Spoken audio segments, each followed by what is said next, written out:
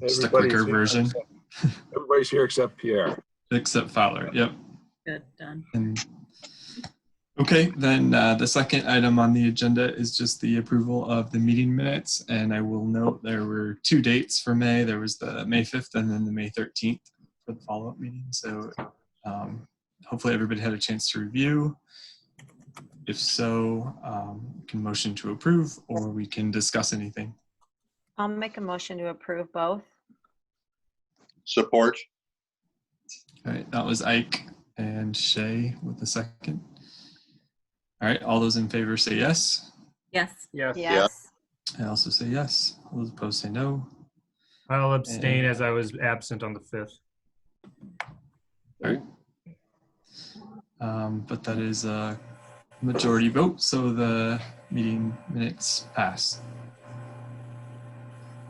All right, the next item on the agenda is just the time for public comment. So if anybody from the public is at the virtual meeting and would like to comment on anything that's not on the agenda for today, now's the time to do so. We just ask that you limit your comments to 3 minutes.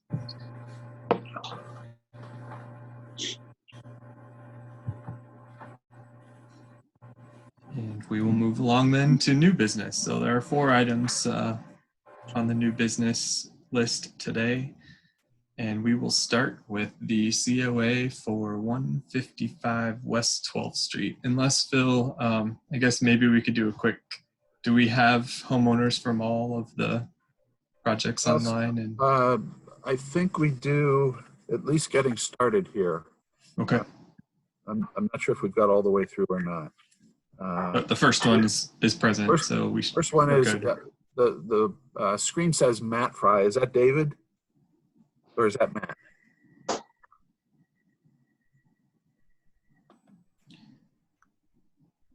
Can't tell.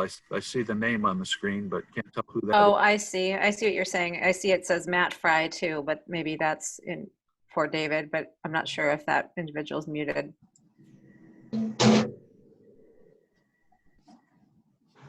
Yeah. It doesn't Well, look like they're muted. There's actually no microphone or video, so I'm not quite sure what that means, to be honest. I'm assuming. Are we sure he's with us?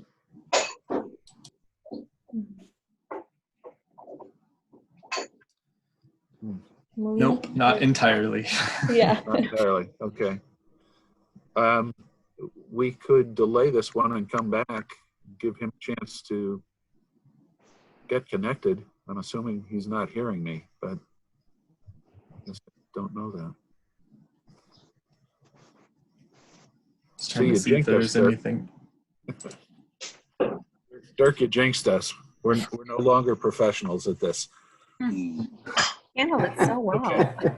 We were doing so well too. We were. I'm just gonna send him a quick. I can send a private chat to him, so I'm just gonna let him know that we can't hear him and see if he can maybe call in. Okay. And I noticed Pierre's joining us too. He must have heard you, John. I guess so. I'm trying out for that town crier job. I know it's open. Yeah. Oh, I would vote for you all day long. How can I start your campaign? Thank you, Kim. I've got your back. Wonderful. Thank you. All right, I asked, I just let Matt Frey know that we are not able to hear them and asked if they were planning to call in, and then also asked them to please announce themselves if they are able to join and hear us. So I think we probably, in the interest of efficiency, should move on like you suggested, Phil, and Okay. and we'll revisit Matt Frey's agenda, or the agenda item A after we get through the next one. So Okay. maybe. All right. I'll just give a brief introduction. I know Bill and Maggie are both on. And this is 181 West 11th Street. If you recall back in, I believe it's February, Dirk Walcott and Maggie and Bill were in a study session discussion talking about the possibility of enclosing the sleeping porch that's on the north side of their building. And that is what is before you today.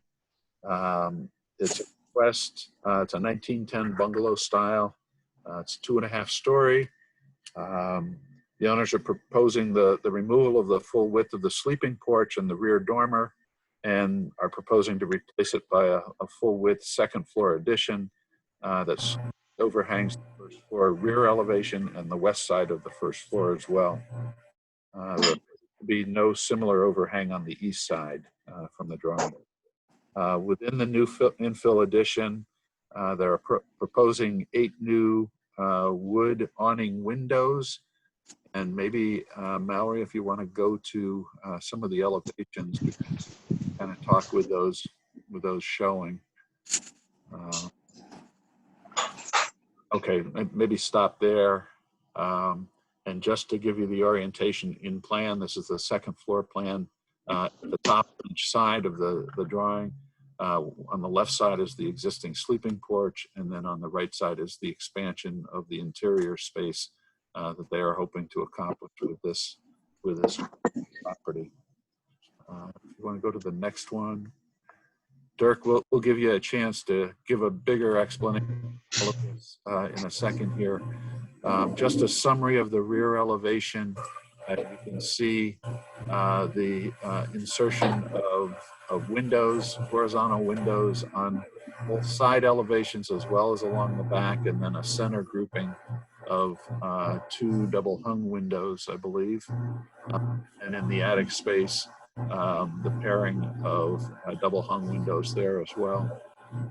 The siding, they're proposing 2 different kinds of siding on the rear. Horizontal clapboards are what is in blue, and then a vertical board shown next to that, which really surrounds the windows and gets up into the attic space. I've provided some comments. I'm sure the applicants have had a chance to take a look at that. Build here in a second. My own reaction to this and things that I think are worthy of some conversation. The standard talks about an addition to a building being compatible in scale, materials, in a variety of ways with the building, but also differentiated in some way. And I think that's where maybe the challenge is on this edition is how differentiated is and how differentiated this edition is, and does it maintain compatibility or not. I've given you some suggestion in terms of the change of window sizes and styles, the change in the siding to the hardy board siding, the vertical hardy board siding, even the treatment. This is probably a good slide to look at in terms of, if you see the front elevation, there are exposed rafters on the main roof. There is a separate dormer, a separate smaller dormer above that line and then there's a sort of a secondary shed roof if you look down over the porch area. Trying to look at what my suggestion is when you get into the discussion on this is looking at the elements of the existing house and the proposed elements of the addition, and considering whether compatibility there, or perhaps what changes might be made to address that compatibility question. Guess I'd like to turn it over to Dirk and Maggie and Bill for them to give a more detailed presentation and how they got to where they are. They did appear in February, and I think the commission generally was receptive to their application, and they've taken it steps further here. So Dirk, if you want to lead this, or Bill or Maggie. Sure. Yep. No. Yeah, we talked ahead of time. I'm going to start off, and then we'll just tag team there. I think you've mentioned a couple things, Phil, that are paramount here, which is the existing. It is a little bit of a challenge on this building to try to, one, differentiate the addition, and at the same time create compatibility. We've got multiple, two different siding types on the existing building. We've got a hip roof. We've got some dormers. We've got exposed rafter tails. What do you keep? What do you try to translate into the new addition?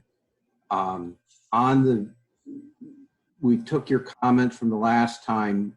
We had a full dormer coming off the back, which I believe it was agreed that maybe created a massing that was quite imposing. And so to soften that down, you had said a way to hip this back. And what we did is I tried to hip it back as far without eliminating the north window, which they currently have.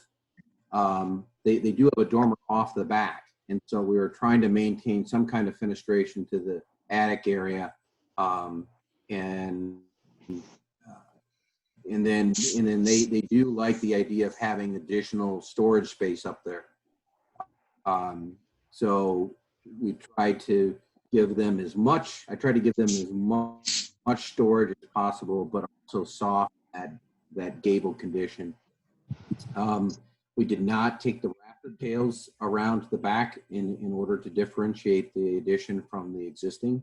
And then the windows, while we kept the kind of similar window style up in the gable, down below, we only mimicked one set of double windows, which also functions with the entry of the bedroom suite, to have some more visibility of the backyard from that space interior wise. But then the fact that this is a bedroom and a bathroom, the bedroom would be on the west side of the addition, and the bathroom would be on the east, going to a horizontal awning window so that there creates privacy for the bathroom and in the bedroom area, but gives them some ability to create some ventilation for those spaces and privacy. So the horizontal windows was a nice way to diverge from the existing style and separate the addition with a separate siding. We felt that you don't have many options for siding here because you either have 4-inch or 8-inch or the small clap. So we went with the small clap because of where it was located on the lower floor. It seems to be banded with the lower windows.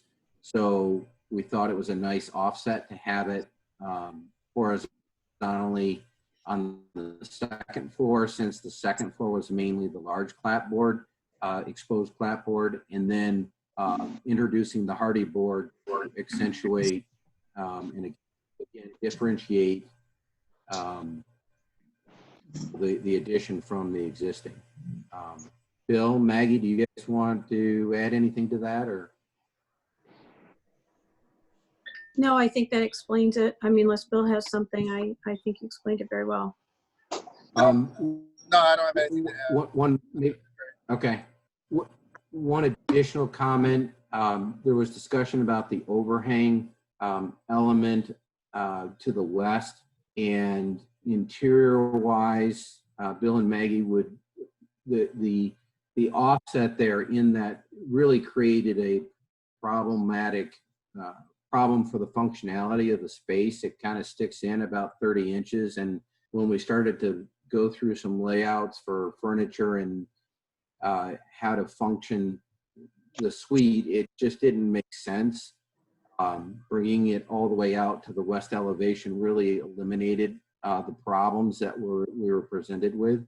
So I think from the standpoint of Bill and Maggie, they would even though that is a different component to the, what the existing house is now, it became very problematic to try to peel that back from the west elevation from an interior. Why we extended all the way out is that it eliminated a lot of problems.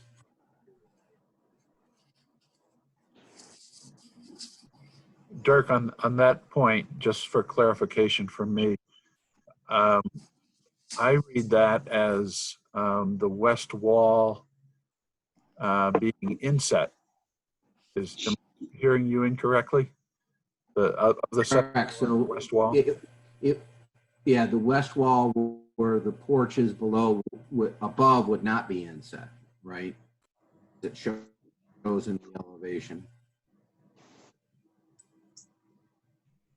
I guess I'm still a little confused. So if you look at the north rear elevation, Yep. the side of the addition goes all the way out to the west edge and does not inset. Let me see it. I don't have control of but if you scroll down to the next page. Okay. There you go. Up one right there. Okay. There you go. So okay. You can see the addition comes out flush, right? Yep. Okay. Flush with the west wall of the second floor. Yep, and then on the other side, it's just matching what was already there, right, Dirk? So Yep. There's only a modification to the one side. Hopefully that's clear to everybody. Thanks for pointing it out.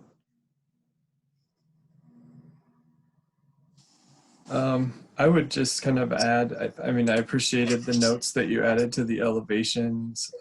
So Mallory, if you navigate to the flat pages, I think go up a little bit actually. There you go. Just below the floor plans. For everybody, down one, Mallory. There you go. The materials and the dimension of the siding, everything to me was pretty clear. The only thing that I didn't see was just a dimension on the windows. So are they, I apologize if it was in the narrative, but are they 3 feet? Yeah, give me a second. I will give you that dimension. It's okay. Not on there. And are the larger ones, I guess that would be another question, just are the larger ones, are they a proportion that to match the existing, or are you guys trying to do the differentiation thing with some of those dimensions? The horizontal windows are 3.8 wide by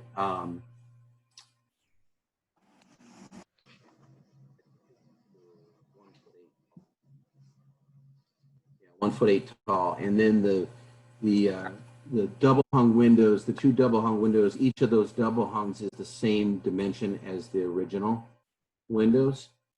So there's two of them together, but okay. And that does not happen anywhere else. So that's a differentiation from double homes on the second floor are all single units. And so we're combining two, which doesn't happen anywhere else, to create some differentiation. The only matching window dimensions would be up in the attic.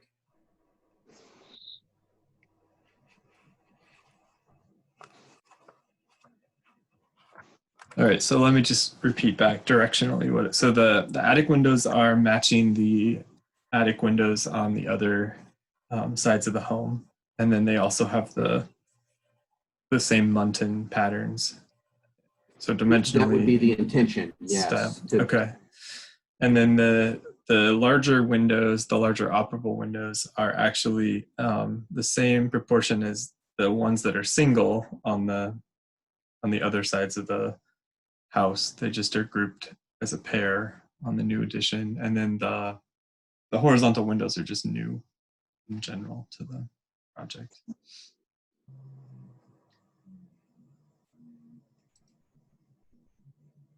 Commissioners, do you guys have any other questions for Dirk or Bill or Maggie about their project?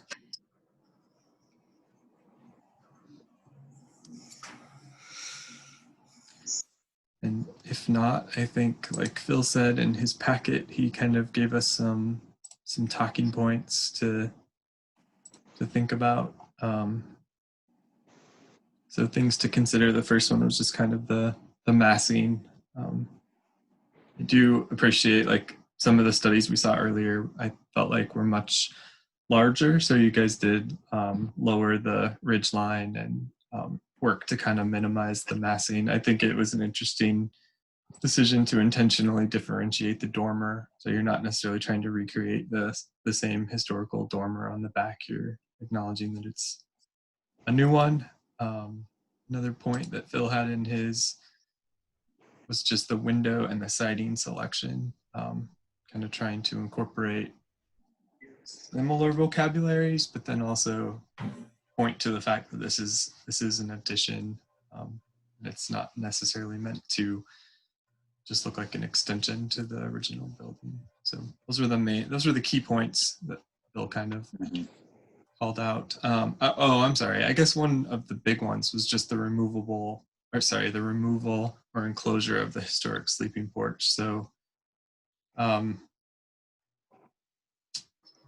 just to reiterate to everybody, we didn't really voice a ton of concern the first time we saw this during the study session about removing that sleeping porch. We did talk about the offset, and so thanks for addressing or clarifying where you guys went with it, Dirk.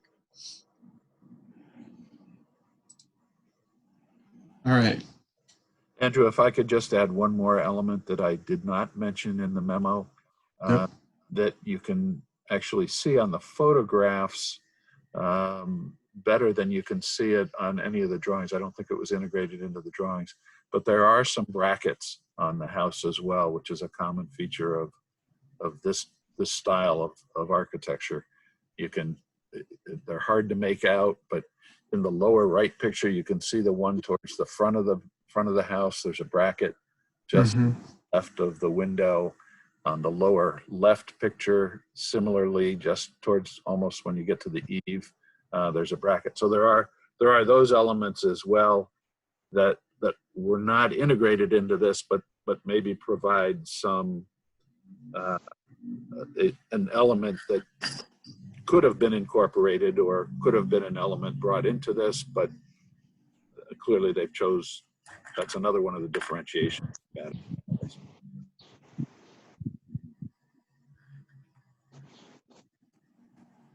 Yeah, it kind of ties into the soffit and eave detailing. And Dirk mentioned, you mentioned that you didn't carry the exposed look to the back intentionally, right? Correct. Yeah, that was a way to differentiate the addition from the rest of the building.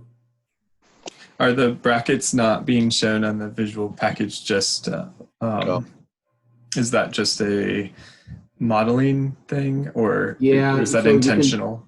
You can see them in the pictures in the model, but I didn't draw them specifically in the. Yes, right. In this case, you can't see them. It was just a modeling thing.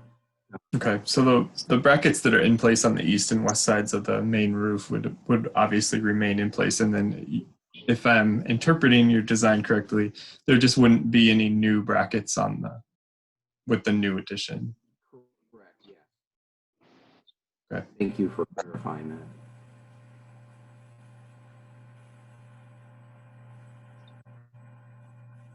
Can I ask Derek, just in terms of the, that space upstairs that you're trying to accommodate for the bedroom, would there be any advantage, or would it work layout wise if the addition came farther north but stayed within the boundaries of the first floor at the back?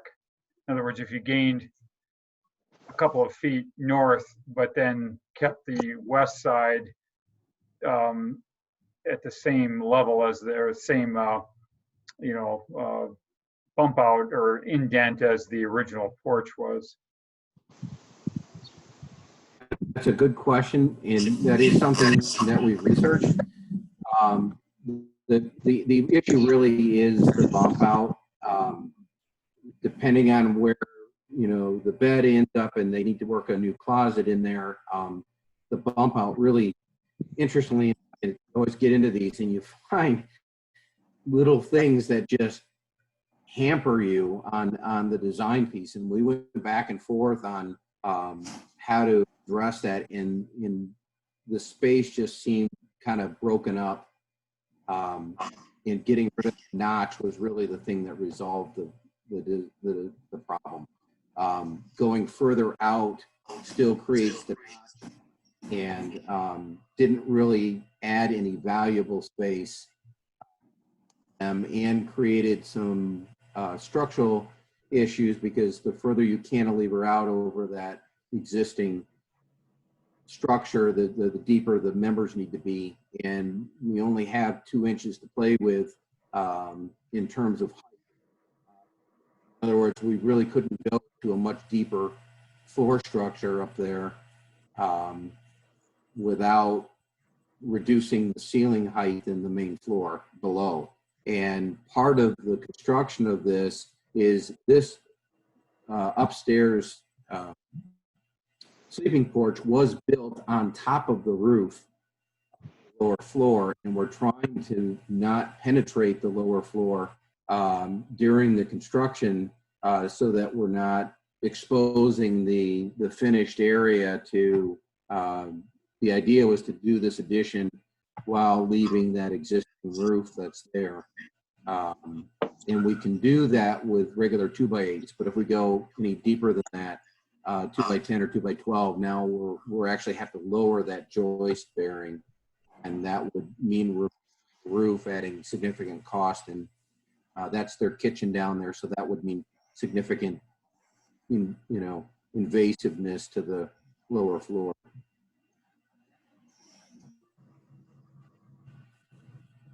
I know that's a lengthy answer, but No, that's That was useful. Good answer.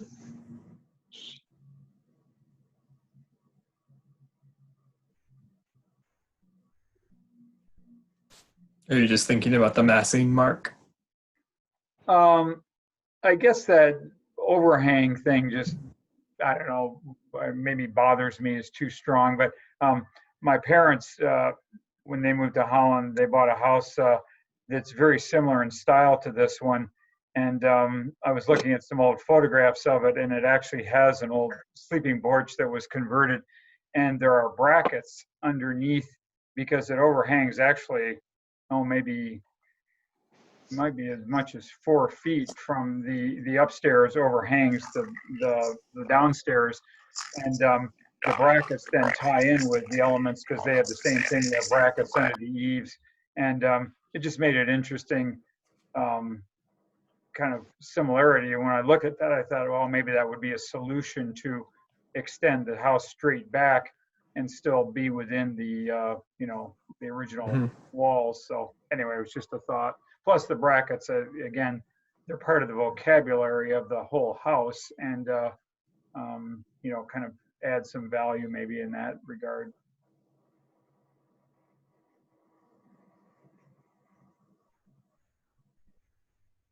I was just recently on 15th Street looking at the rear sleeping porch of a very similar house. And it did not have brackets under its cantilever, but it did have a cantilever, but it looked like there were brackets at one point. It just screamed for brackets. So it was our assumption on site was that those brackets had been removed, but I follow what your line of thinking is there, Mark.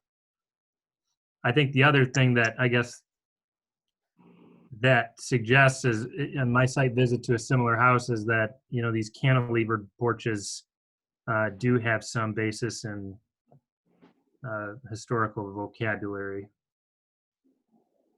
But would it be okay to suggest some bracketing underneath the cantilever? I mean, if that, we could do that at the corners and against the existing on the west side, and then we could do a few brackets on the north side to carry that vocabulary through as we open.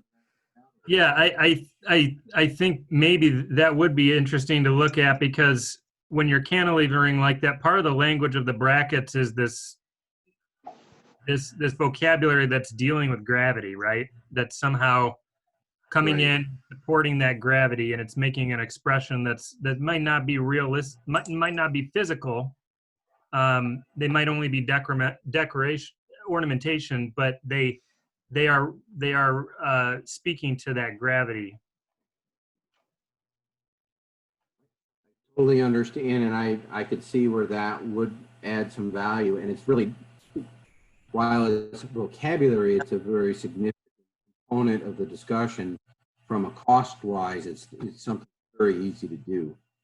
That's one of the reasons that it is part of the vocabulary, I would suspect, is that it's a very cost-effective way to sort of be a little bit more expressive in the craftsman language. Yep.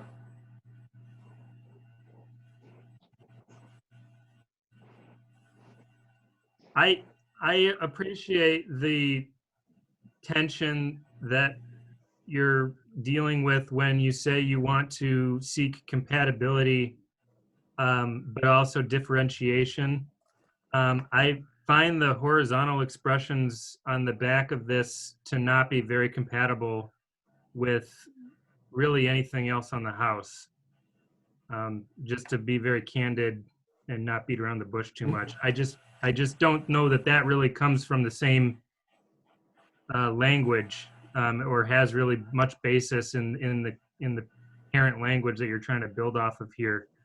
And it's pretty jarring for my eye personally. Okay. I was going to ask a similar. Oh, sorry to interrupt you.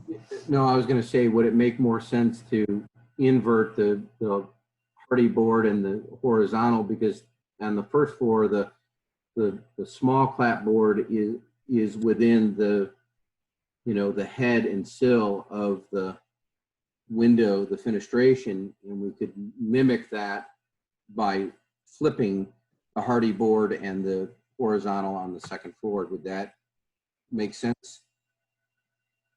What's the existing trim now? What's the existing? I'm sorry. I'm sorry, what's the existing trim now? It looks like it's wood where it's narrow. It is. You have, so if you look at the west elevation, Yep. you have down low, you have the larger siding, and then in between the sill of the windows and the head of the windows, you have this band of 4-inch A 4-inch, the siding. Yeah. siding. So maybe, being that the 4-inch goes with the fenestration, we could convert the, you know, invert the, what we have on the addition to the hardy board below and siding within the window band.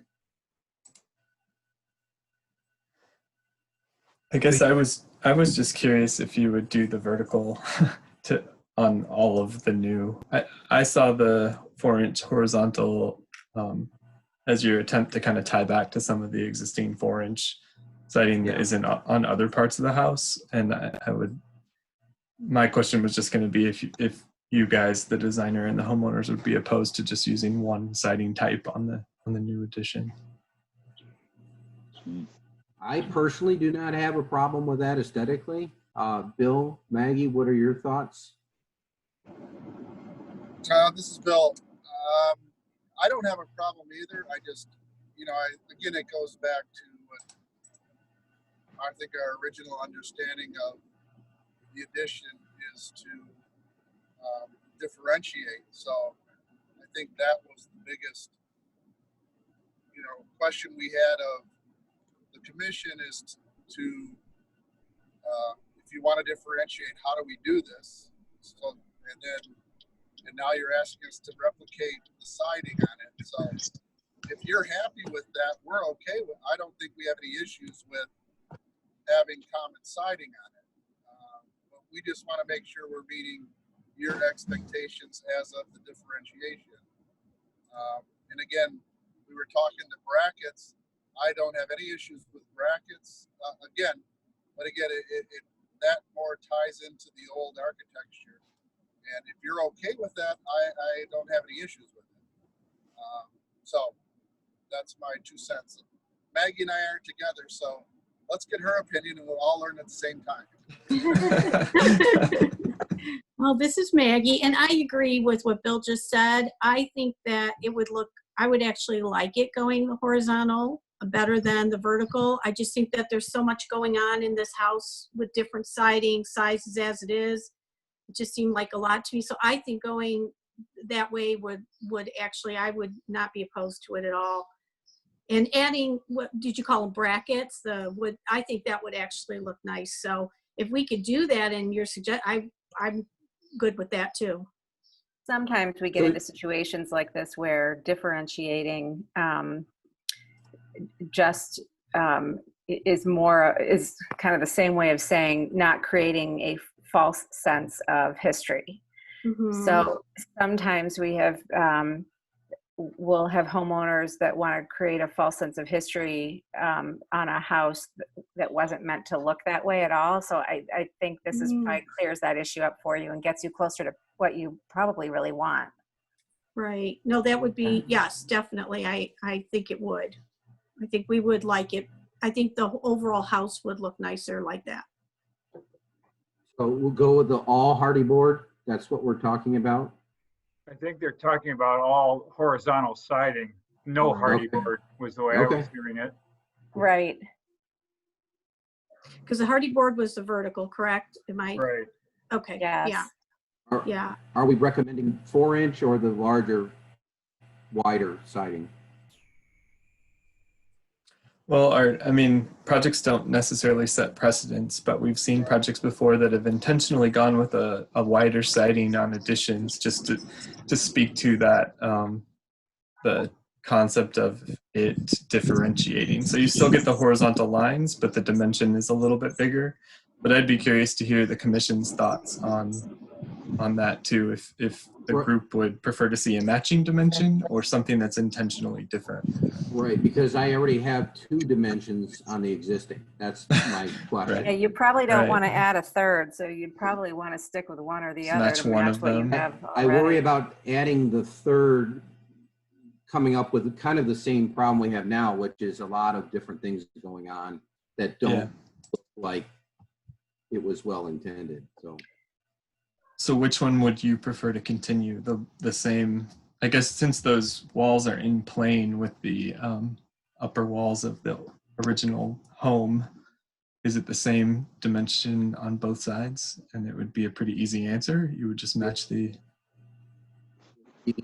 It's the both on the second floor. It's the larger clapboard, closed clapboard on both sides.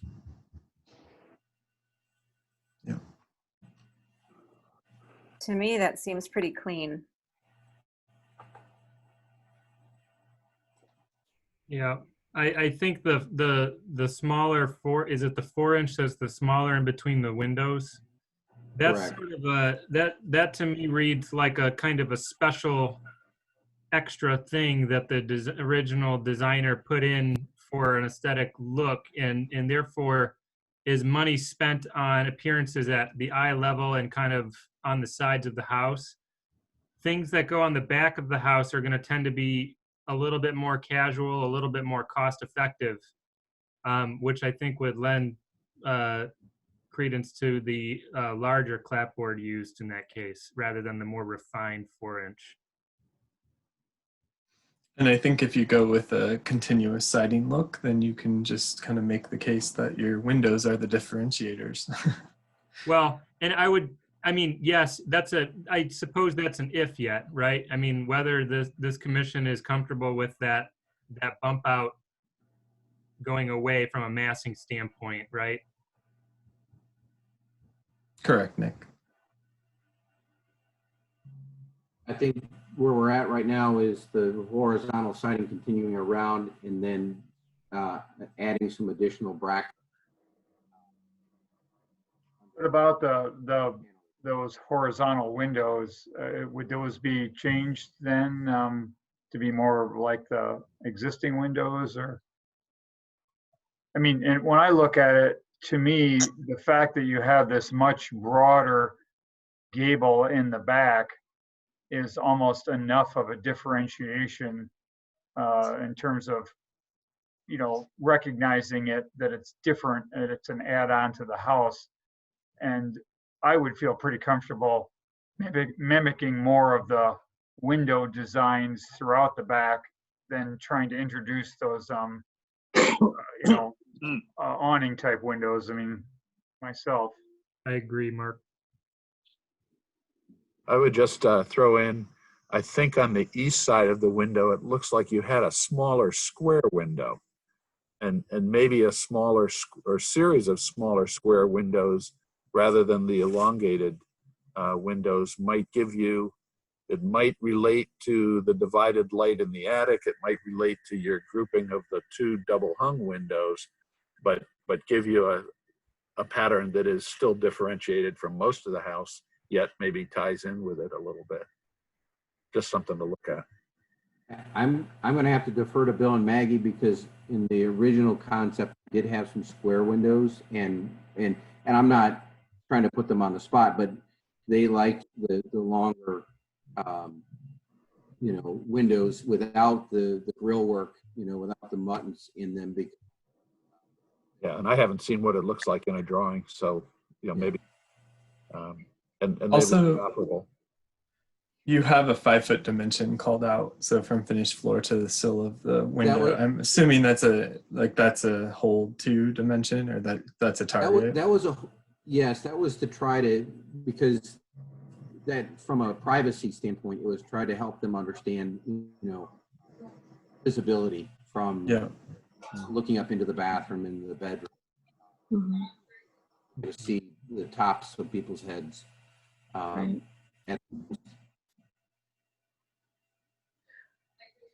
One of the things that was one of the reasons on this, if we have bigger windows all the way around, it's hard if we put a bed over there, then our bed is going to be up against windows.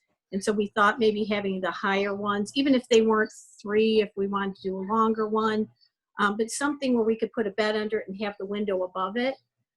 Is kind of what we were thinking. And in the bathroom, not have to worry about having blinds and all of that. We would still have light, natural light, but not have the big windows where we'd have to have coverings on all of them, because that would be a lot of windows in the bathroom, because that's where our counter would probably be, where those windows are. So trying to put bigger windows, longer windows in there might cause a little bit problem with the design. I don't know if that's true, Dirk, but it seems like it might be to fit those in so that it looks, so that it looked nice in the back and kind of uniform, instead of different windows, different places, or on one side, one window, and on the other side where the bathroom was, we'd have to use different, we didn't want to do that. So, I mean, we can figure out something. Just, sorry, this is Bill. I don't know if there's understanding. To clarify what Maggie was saying was, on the bathroom side, which would be on the east side, that wall would be where the vanity would be, a double vanity, which we would like to put in. And above a vanity, you need to have a couple of mirrors. So that's the challenge we face with windows in the bathroom. So again, I might have to defer to Dirk with the design to see if we have any issues there.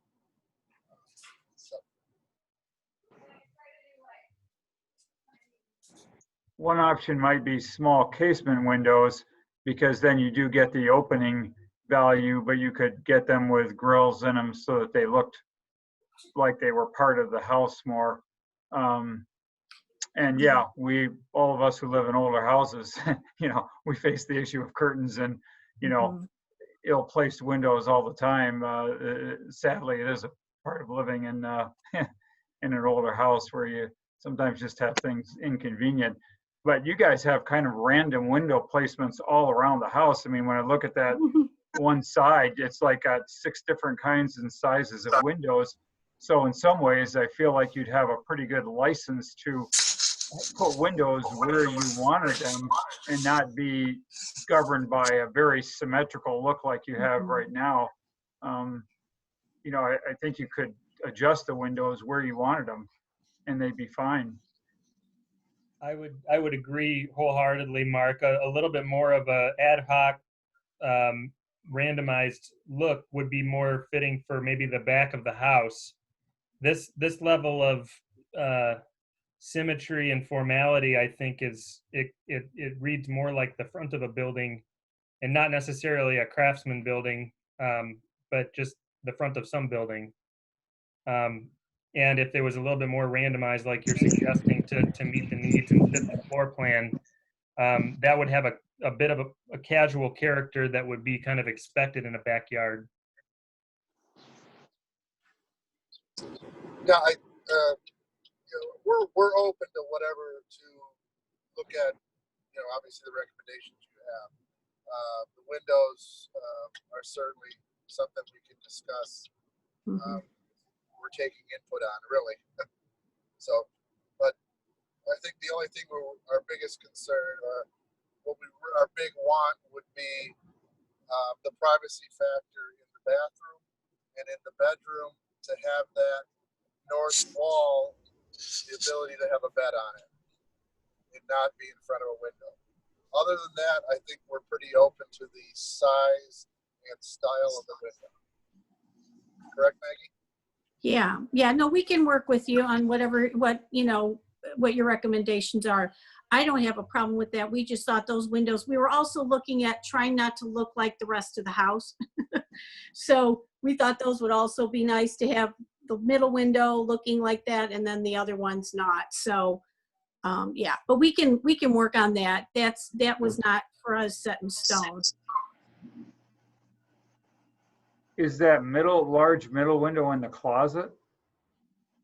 So the plan that we're showing you was the initial plan. I think the idea that that might go away in the ultimate floor plan. We were working with a floor plan, but we also wanted to get something in front of you guys, and so I think we're trying to resolve all that. I think what's going to happen is the master closet would move to the south end of the master suite, and we might incorporate where one of the closets is now and expand on that, and then this open that up to more of a sitting area in between the bathroom and the master suite area. So I guess the floor plan component is not quite solidified. So your comments about being able to play with the windows and in coming up with a scheme is perfectly acceptable to us. Good. The main things were privacy and letting some light in, having some walls for mirrors and whatnot. So I think your comments are very helpful in helping different direction from what we were showing now. Yeah, this is Bill. I agree. I don't think we're married to having a large window there. No. Not at all. I mean, I think it was just, again, we're just trying to be as flexible as we can and still achieve make everybody happy. Because again, for the privacy factor, that would be the bathroom door would be, to the left of that window. So every night you'd be walking in front of that window, Right. in the bathroom. So how much privacy does that provide? So again, that's something really without a shade, obviously, or something like that, which we can simply do. So again, we're very flexible on this. So we are. We're not married to any one window plan.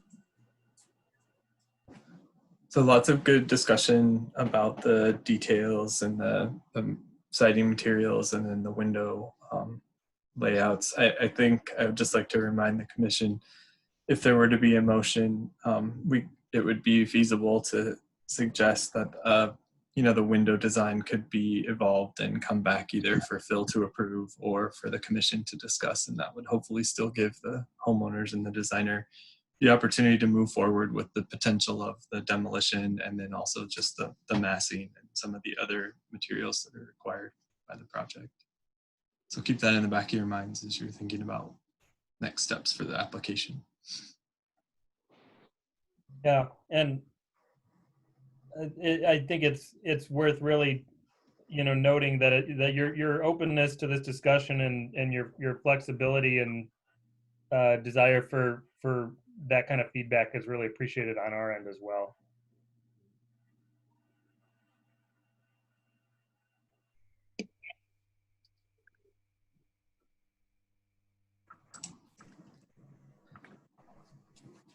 So All right. what you just saw, because I'm taking notes here, just I think my understanding is we're solidified on going to horizontal, the large clapboard siding for the addition, and then we're going to reconfigure the windows, and then the third component would be to look at some brackets for the overhang pieces or overhang piece in the back.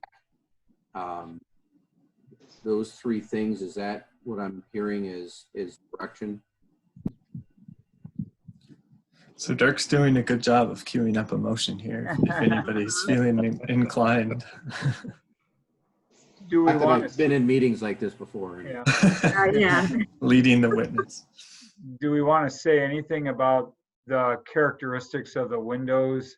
Should they all be, double hung windows that are sort of similar to other windows on the house? Personally, I think the awning windows are, I'm fine with axing those, and keeping to something that's a window style that's already on the house somewhere. Go ahead. I think the key thing is the verticality. This rear elevation is so horizontal, with its low slung gabled dormer and these horizontal band of horizontal windows.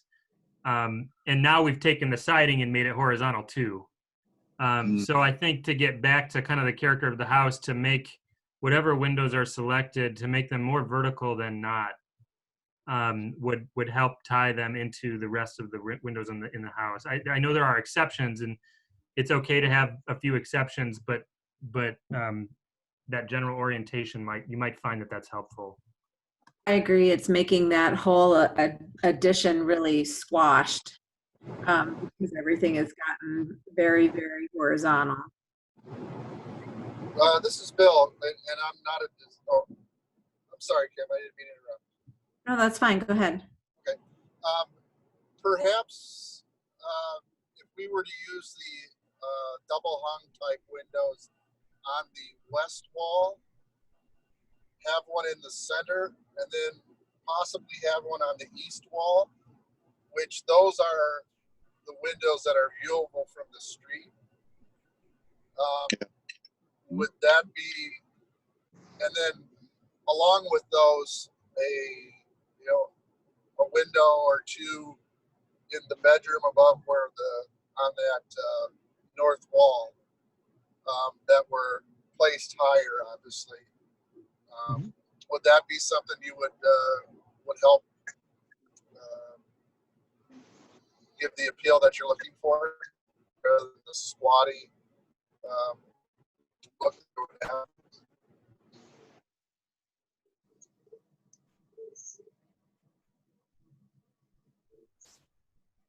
I just kind of trying to follow that logic. I think so, and I think it gives you some flexibility to say where we must have privacy or mirrors, we have just a wall, and then we occasionally have a vertical window. Maybe there's even a horizontal window or two somewhere, but it's just not the driving theme.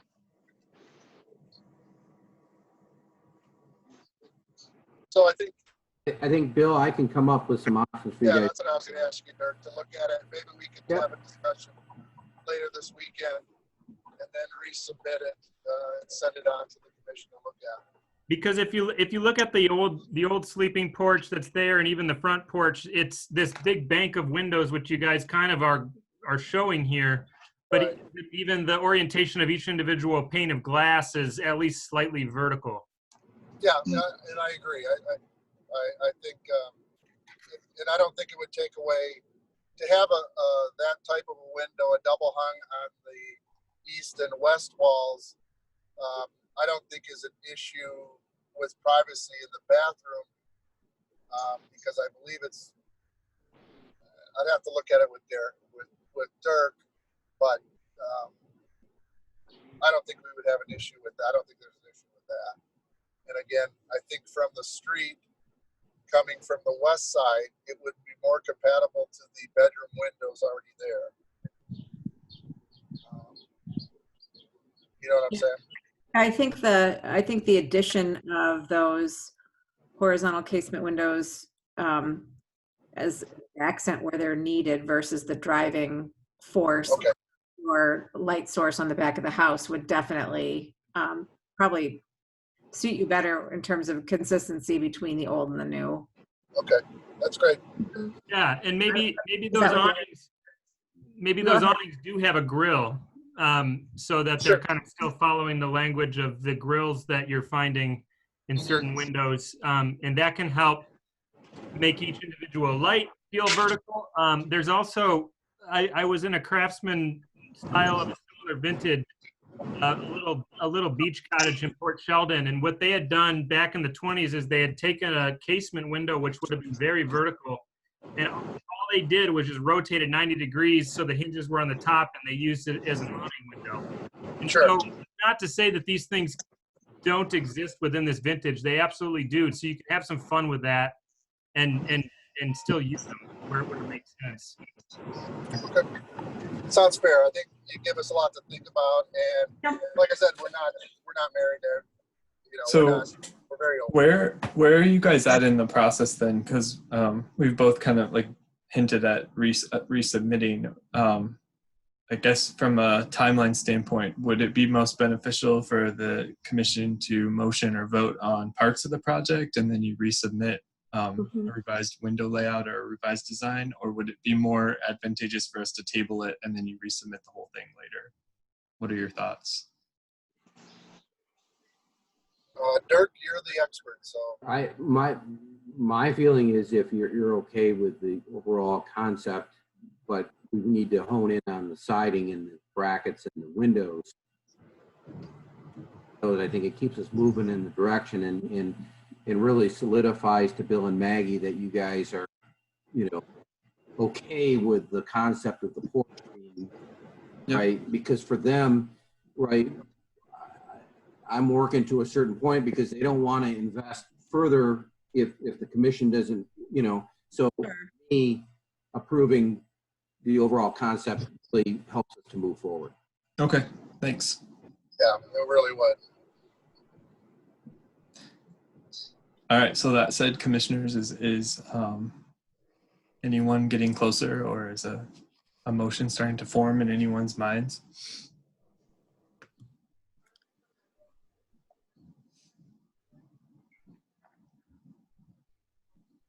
Yeah, I'm starting to feel real comfortable about the general concept. I'm just gonna go to Phil's cheat sheet here, just because if I make a motion, I don't want to stumble through it. We don't have our laminated papers anymore, right? Yeah. But I very much appreciate the dialogue and the openness to these items. I appreciate your feedback because, as you guys know, on all these older homes, it is a challenge to try to address all the issues. So we appreciate the feedback. It's like working a bunch of puzzle pieces without seeing the picture. Yeah. At least that's what it feels like in my house.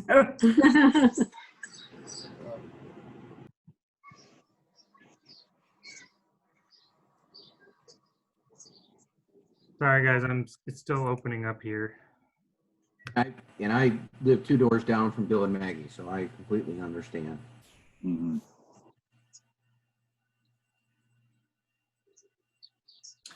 Mallory, would it be possible for you to scroll to the things to consider page? It's on that'd page be great. 25.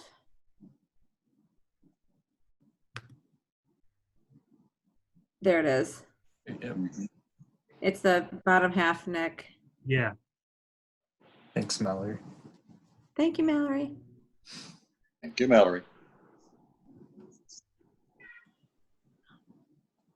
So I would make a motion to approve the proposed conversion of the sleeping porch into enclosed interior living space, including the approval of the new suggested massing, provided that brackets are included to recall the existing language and carry the cantilever, and that siding be matched to the horizontal larger siding already on the house. And then with the stipulation of the window, basically the fenestration pattern and windows themselves would have to come back for a separate approval. And that would be based on local guidelines in the Secretary of Interior Standard Number 9, which says that new additions, exterior alterations, or related new construction shall not destroy historic materials that characterize the property. The new work shall be differentiated from the old and shall be compatible with the massing size, scale, and architectural features to protect the historic integrity of the property and its environment. So I guess the subject to following conditions is the windows. So that was, thanks, Nick. That was Rolinski with the motion. Is there a second? And then we can discuss it. Support. And that was Shay with the support. So Kim, was that you? Do you have a question? Well, it was also the Or clarification? you want brackets to be any part of that, Nick, too? Yeah, the brackets would be incorporated underneath the cantilever. That could just be an administrative approval just to show that those brackets have been riffed off of the existing brackets and have been distributed under the cantilever to the, a reasonable amount. I just wanted to add them in the language there so that we didn't miss it. Obviously, that doesn't need to come back to us. They already Right. know what you got there, so. Yeah, and I don't know. I mean, without a drawing, we don't really know if it's 2 brackets feels like enough or if they feel too puny. It may be that there's 2 brackets and a center bracket, so a total of 3. That's going to be up to the architect. And I guess in my motion, I'm saying that could just be an administrative check. I could have Phil review that with me and we can agree. Sure. Whatever is appropriate. I think we trust Dirk's expertise on that. Right, Maggie? Oh, definitely. Yes, definitely. And so I right. think in my motion, yeah, it's just administrative. Thanks for clarifying. You guys trust Dirk and we'll trust Phil. Okay. Fantastic. I already trust Phil, so that's a good thing. Hey, we're in good shape. Yep. You bet. All right, so let's vote. I think I'm supposed to go name by name, right, Phil? Yeah, it really be helpful. Okay, so when I call your name, I guess please say approve or deny. First up, just on my list, Rolinski, Yes. Cook, Approve. Shay, Approve. Ike, Approve. Fowler. He's I think still you're good. there.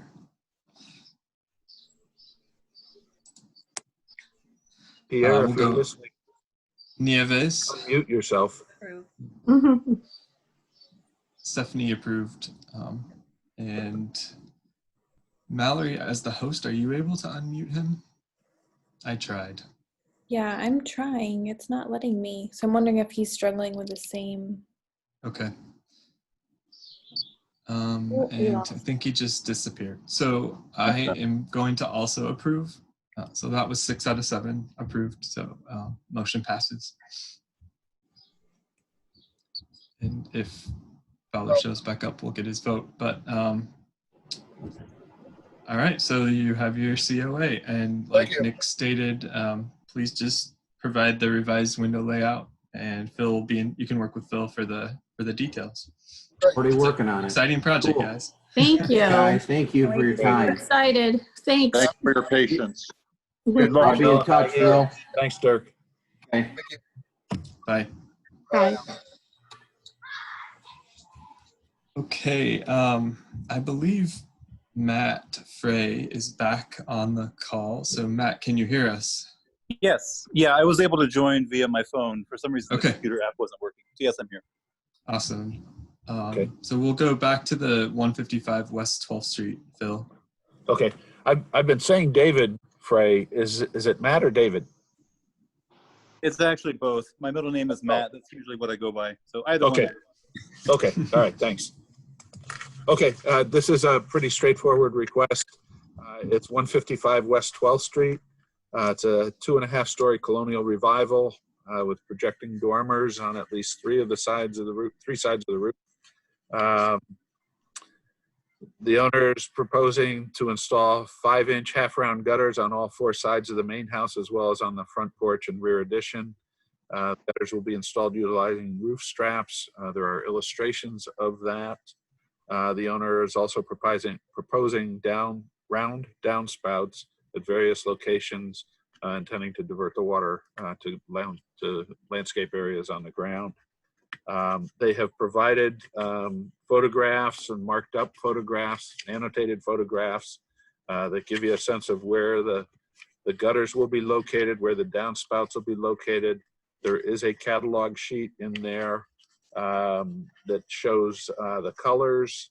I think you got all this in color. I'm talking about a light bronze color for these items. And there is a photograph of a comparable downspout that is attached here as well. There you go. So I think it's pretty straightforward. A lot of houses in the historic district don't have gutters and downspouts. Some of them have added, some of them have remained without them. It's appropriate either way, really, on these houses in terms of what you see historically as well. I think they've chosen the right profile based on the guidelines. We've included the draft guidelines in your packet. Again, it's a draft, but guidelines that describe what the expectations are for gutters and downspouts as we develop our design guidelines. So they're not carved in stone yet, they're not adopted, but it's a useful point of reference for you. So that's all I have on this.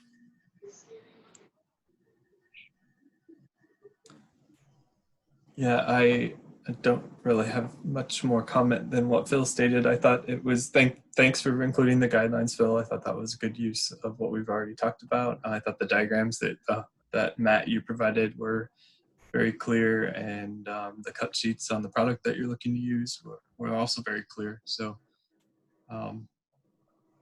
commissioners, does anyone else have questions or comments? Matt, do you have anything else to add to your project? No, I didn't, other than I've noticed that I didn't include in the documentation, but there were gutters and downspouts, at least on the porch at one point. There's still brackets for round downspouts on the west side of the house by the porch. But. Okay, thanks. I mean, I don't know if you guys want us to. Can you go to slide 17, Miller? Yeah, if we want to look at the ones with the highlighted locations.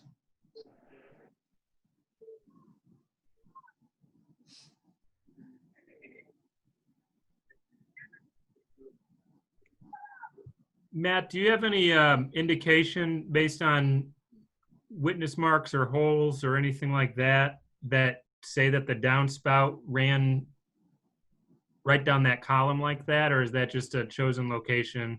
I don't. The downspout that was there before was on the other side of the house, on the west side. That I was hoping, if we need to, we can run it down the side of the house there, but then we'll have to put drainage in around to get it off of the driveway. Right. That would be, that front corner by the post would be the most convenient location for drainage.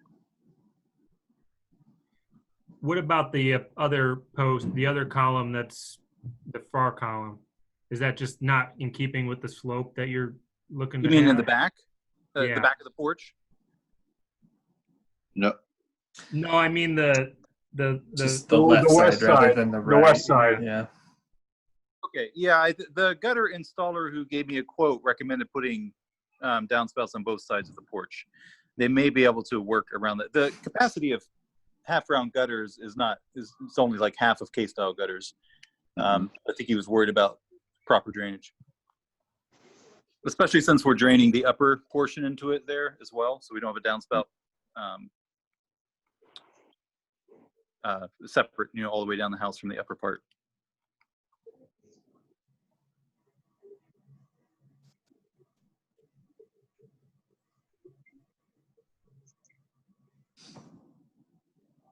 But we can also, it'd be minimally invasive to put a drainage, like a drainage pipe there beside the porch and run it down the corner.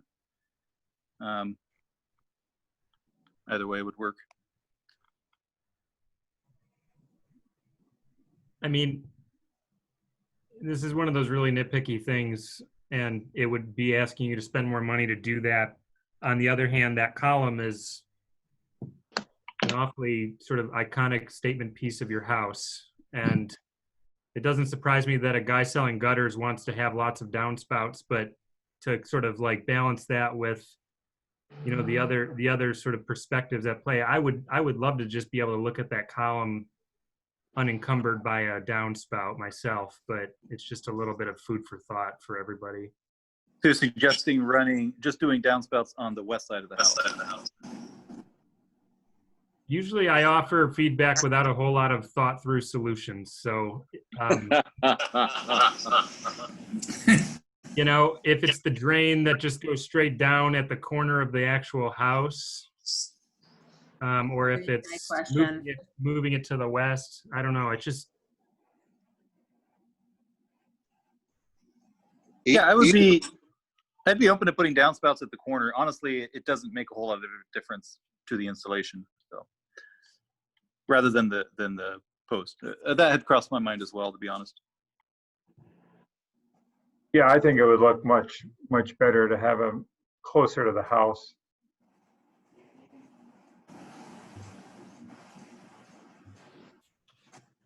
Your columns are in really nice shape. mm-hmm. They've actually been replaced. That porch, the base and the columns, the roof is original, or the ceiling, but the rest was replaced 20 years ago, maybe. Okay. Guess I forgot that. I had the receipt. We bought the house last year, and the previous owners left a bunch of receipts. Wow.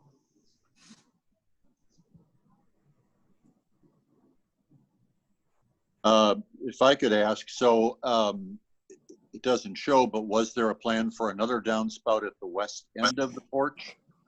Or yes, there is, around the back side. So back at the corner of the house, it would actually be on the house itself, not in the post. Does that roof slope down though? The porch? Yeah. The porch is a flat roof. It's a very minor slope towards the front of the house, towards the street. okay. So would there be two downspouts on the front of the house, or They would be on the sides, I guess, technically. sides of the front of the Yes. house? Okay. Yes.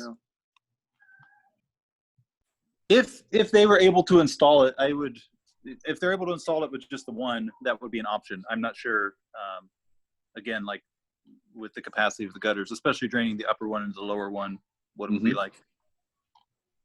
Yeah, I'm worried that water's going to want to run to the front of the porch, and therefore it's not going to make it to those downspouts if they're back at the corners of the house, based on even just a subtle incline on the porch roof.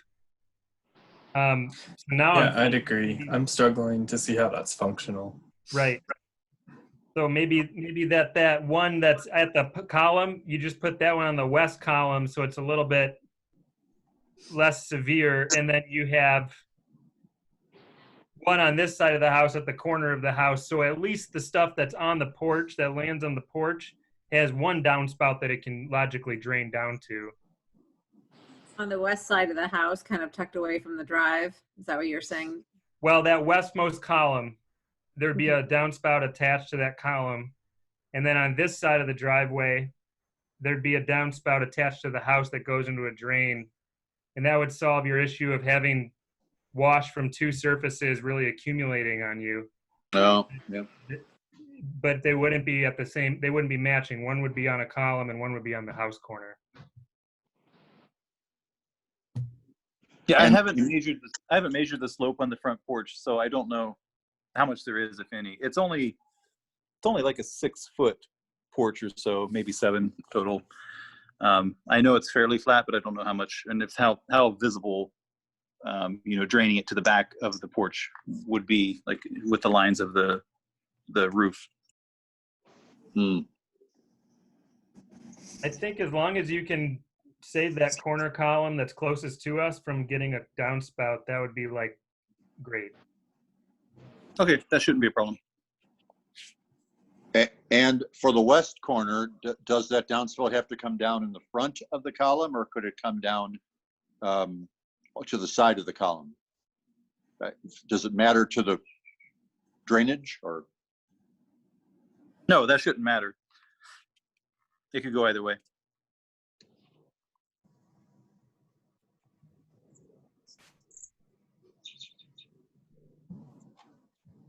Although I'd still keep it on the front, John, because yes, hiding it behind the column from our vantage point currently would be nice, but does that have other effects when you're standing, down the street looking at it from the other direction?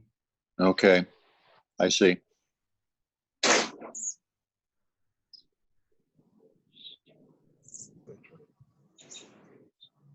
Yeah, I see your point. It functions like a second pillar or something, and that's confusing to the eye.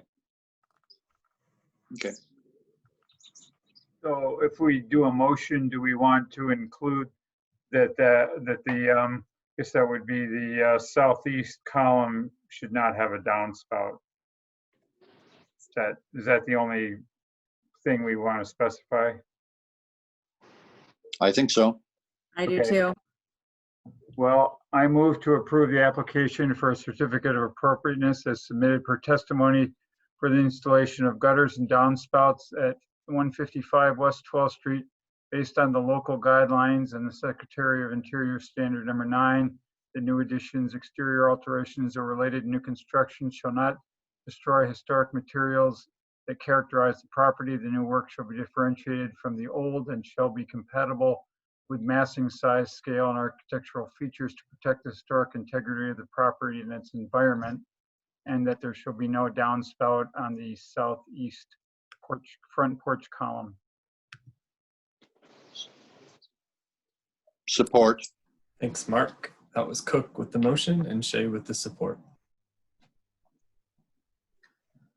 All right, any further clarifications or discussion on Mark's motion, commissioners? No. All right, then I'm gonna go down the list. Please say approve or deny when I call your name. Cook. Approve. Shea. Approve. Fowler. Approve. Ike. Approve. Rolinski. Approve. And Nieves. Approve. I also approve, so motion passes. Matt, thanks for staying patient and calling back in. Yep. Thank you guys and girls. Thank Good you. Thank you. All right. All right, we are on to new business item C. 69 West 14th Street. And a former commissioner applying for something done at his house. Hi, Josh. How are you? Good. How are you guys doing? Good. I'm just trying to make sure that Phil's backyard view stays in good shape. Okay, that's what we're here for. You're doing a nice job of it. So, Phil, why don't you give us a little summary and then Sure. we'll let Josh. Easiest thing to do is to just scroll down to the photographs and sketches. Okay. Go up one. That's the plan view. When we get to the elevation, you'll see that existing door is the door that's on the left in the elevation. So essentially, there's a portion of their patio out here that they want to cover. They will be, as I understand it, repouring the concrete, and they will be covering the portion from that red line and where you see the columns and the horizontal. Well, on this drawing, horizontal and vertical. They've got some boards connecting each of those columns as well.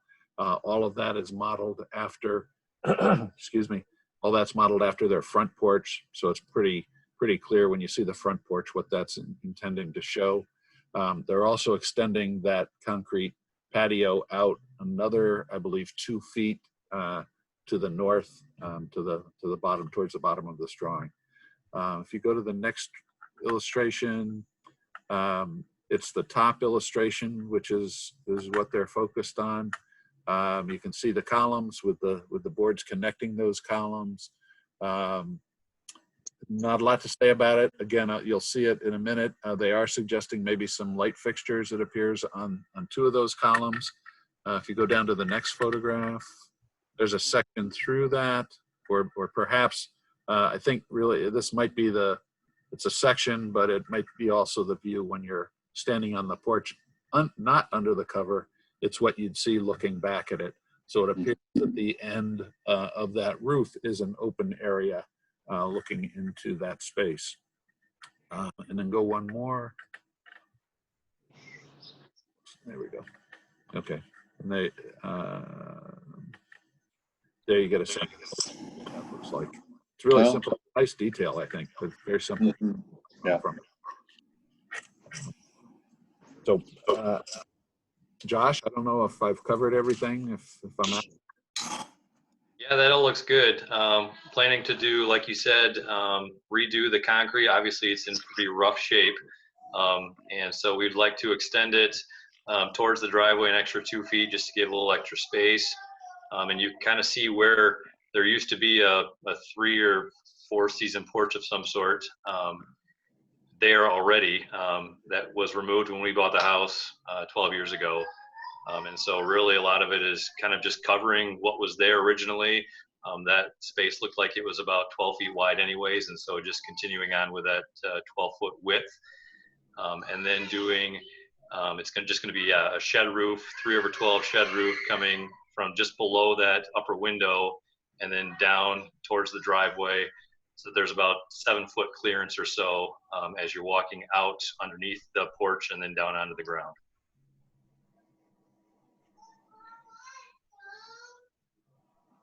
Concrete will probably be colored and stamped, if I had to guess. We haven't gotten that far yet, but it won't be, just cinder block gray. There'll be some nicer detail. I know color isn't an issue, but I just wanted to include that. And then on the gable ends of the shed roof, they will probably be closed ends. And the idea is to probably just do a fiber cement board on those closed ends, and that's just to keep weather out. And so on the inside of that shed roof, it'll be open up top with the tongue and groove wood paneling up above. But then shielded on the sides, on the east and west sides with a fiber cement board. And if we're gonna wrap the columns, and I'm not sure we are yet, the plan is for them to at least be 6x6 columns. If they do get wrapped, it'll be with a boral product. So some of that ash stuff that I know that, when I was there, it was still allowed. I'm not sure if that's still the case or not, but that was at least the initial intent.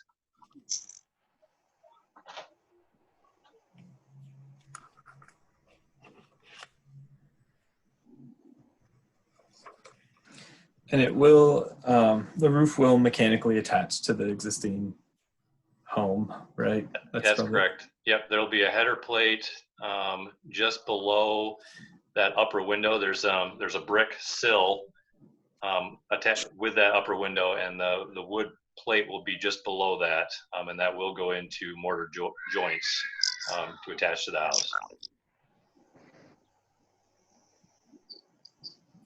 Great. Josh, I'm just checking. Is the swimming pool part of your addition, or No, we have a brand new inflatable one from Sam's Club now, so we've upgraded a little bit. Oh, oh, there it is. Yeah. And in case you want to know, Phil, that's Brian Carter and Dimitri. oh, is it really? Yeah. Didn't recognize him. You're one of them.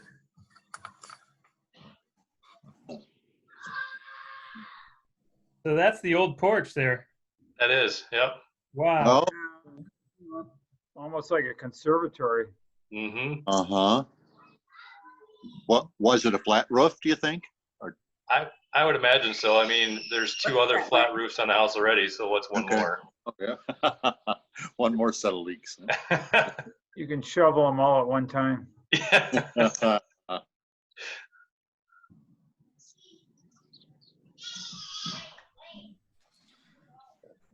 All right, what other questions do we have for Josh, or comments, clarification? Oh, roofing 2 will be asphalt shingles to match the house as it is now. I have a bunch of shingles left over, and so we'll use those up along with some additional ones.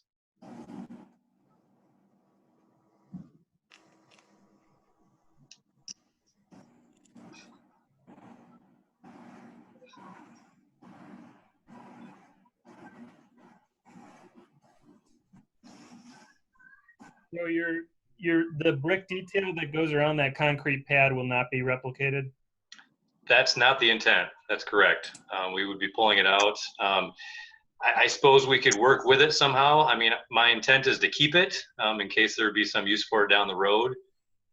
But I think the idea right now would be that we would just remove that soldier row of brick and just do concrete to the ground. So it'd be a 9-inch rise on that concrete. Hmm.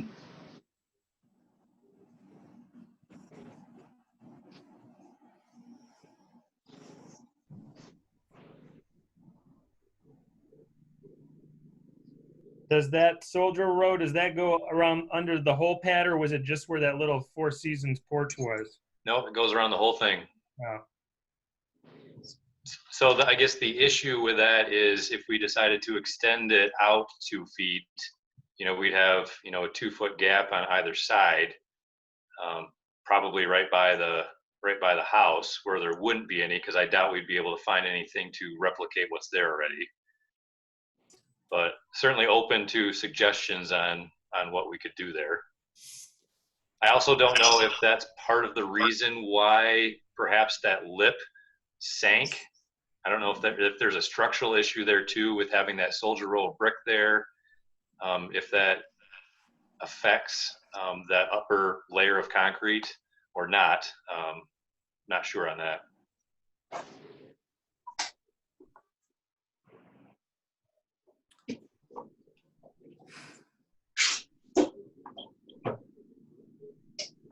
Can you tell, is there a footing underneath it, Josh? No idea. I am not sure. No, I know that under the bulk of the patio, it's just, dirt, obviously. So it's not like it's 9 inches of concrete. It's just, kind of a 4-inch pad Floating on dirt. Yep. But I don't know what that soldier row is resting on.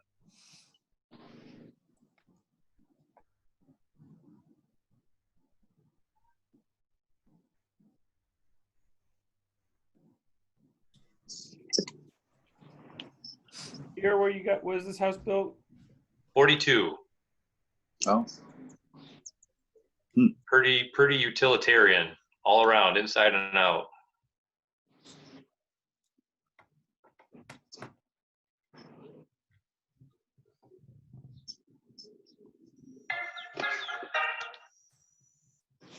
It's an interesting detail. It's a super blurry line between landscape and the home, and I don't know, I guess for the commissioners to think about is whether it's actually a character defining, or maybe that'd just be something to talk about too.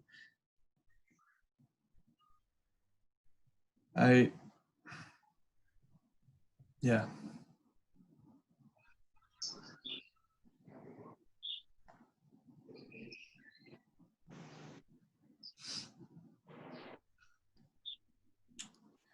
I think, Phil, when you were reviewing it, it didn't come up, or you didn't necessarily flag it as a concern in your assessment of the I project. didn't, in part because if we were just reviewing a patio by itself, that we wouldn't review it for historic. Right. But it's because they're wants to build the structure on top of it that triggers the review. Mm-hmm. And it attaches to the house Right. structure.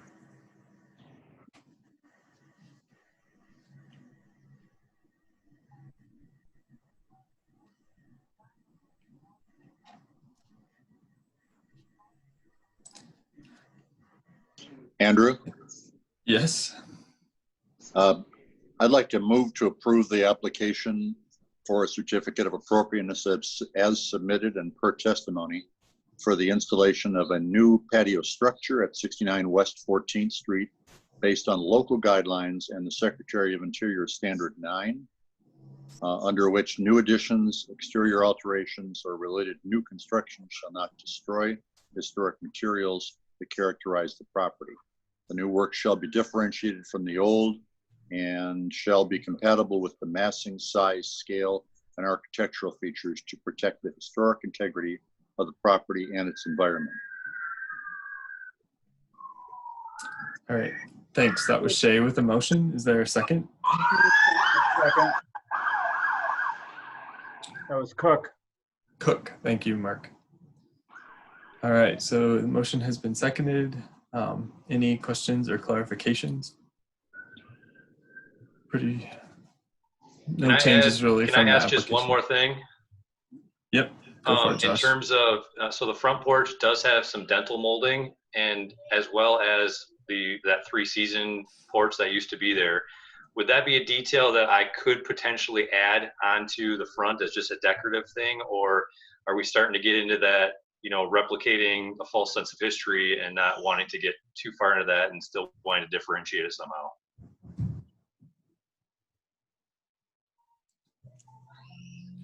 John, it's your motion, so I might let you respond first, but we can talk about it. Do you feel strongly one way or another? I do not feel strongly. I'd yield to some of you with more background in architectural things. Was the question that you want to put those dentals on the back porch too? Correct. Yeah. Does your sketch currently show them, Josh? It does not. Nope. Okay. So this is what differentiation makes us do. It makes us fear putting beautiful things on new projects. Don't be afraid. Just I let's have no just add problem. in what we think's right. And It's not my motion, but I have no problem with it. Yeah, me neither. so, John, would you be opposed to adding that to your motion? No, not at all. Okay, so let's just summarize it as the homeowner would have the option to add the dentals. Correct. If I could just throw in a comment, as I looked at that, I wasn't as concerned about the dentals as just wondering whether that full depth from the top of the column to the top of the dentals and even beyond, whether all of that was necessary for the rear. The conclusion I came to personally was I didn't think it was necessary to try to replicate that whole component of the porch. Not that you shouldn't, but I don't think it's necessary to do that. So my suggestion might be, if you want to leave that whole thing open dimensionally, how he finally puts a final detail to that, it might be useful for him. Yeah, so you would be able to be a little bit more casual. Cost effective is one way to say it. Another way to say it is casual in the rear, and recall the front porch, but still let the front porch be a touch more formal by not replicating those dimensions of that entablature perfectly. I think that all makes sense. And I was just joking about I think the dentals are a great idea. Plus, could there be an issue if if we went the other way with this 84-inch dimension coming down too far, if we required the back to match the front, it seems like we would wind up with a rather low overhead there. Yeah, or a less pitched roof. Or, yeah, right. But I think leaving it to him to figure out those details, I'm certainly Yeah. comfortable with it. Yeah. Same. Yeah. Are dental offices open yet? Yes. Yes, they Ba-dum-bum. are. I was waiting for that. So Yeah. I think John's motion essentially was to approve the packet as submitted, which is the thinner profile or the smaller dimension that Phil brought up. But we could also just add a note that said, you know, the homeowner, the detailing could also be done in a way that reflects the details of the front porch, and that's just up to the homeowner when they get into construction, working out those details. Is that what I'm understanding from the commission? Yes. I agree. I Mhm. agree. Okay. Yeah.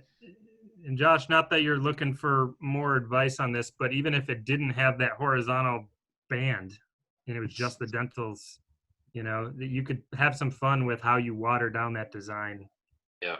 Yep. Yeah, and I think the plan was never to make it that tall as what the front porch is. It was going to be a little bit lower because I do want a little bit more pitch on the roof, because otherwise you start getting to 2/12, and I don't really want to. Like I said, I got enough things that look like flat roofs that are flat roofs already that I don't need to do, you know, anything starting to creep that direction. So it'll probably be narrower, and then skipping the band, and then maybe just adding in the dental molding as well. I was just giving you guys practice on differentiation. I mean, that's really all I'm here for, okay? Thanks, Josh. Thank you. All right, then, Phil, I hope you're able to clean up those notes, and we will vote. When I call your name, please say approve or deny. Cook. Approve. Nieves. Approve. Shea. Approve. Fowler. Approved. Ike. Approved. And Rolinski. Approved. I also approve, so motion passes. Thank you. Thanks, guys. Appreciate it. Good to see you, Josh. Yeah, you guys Have fun on do. the patio. I'll Yeah. invite Phil over for a beer at some point, but who knows when. Hey, I didn't hear that. It was after the vote. Oh, okay. All right. All right, then the last item up is 240 West 9th Street, Jordy and Karen Fuentes. And I believe I saw If they're still awake. you guys still on the call. Oh, yes. Oh, yes, they are. All right. Okay. So Phil, we'll let you do your thing. Yeah. I gave you the report. It provides a list in the report of the changes that are being proposed. If you recall, I guess it was February when they were before you with Nick serving as their designer on this. They were before you and presented their ideas for a variety of changes on the home. They've come back with this application, and they had some things in the back and maybe an expansion of a kitchen and some other things that are not currently part of this application. I don't stop permanently or just want to move forward with this as a first phase. There's a list of about 9 kind of overall details on the home that they plan to make some change to or replace some item. And then there are a number of details, more specific details on the porch itself.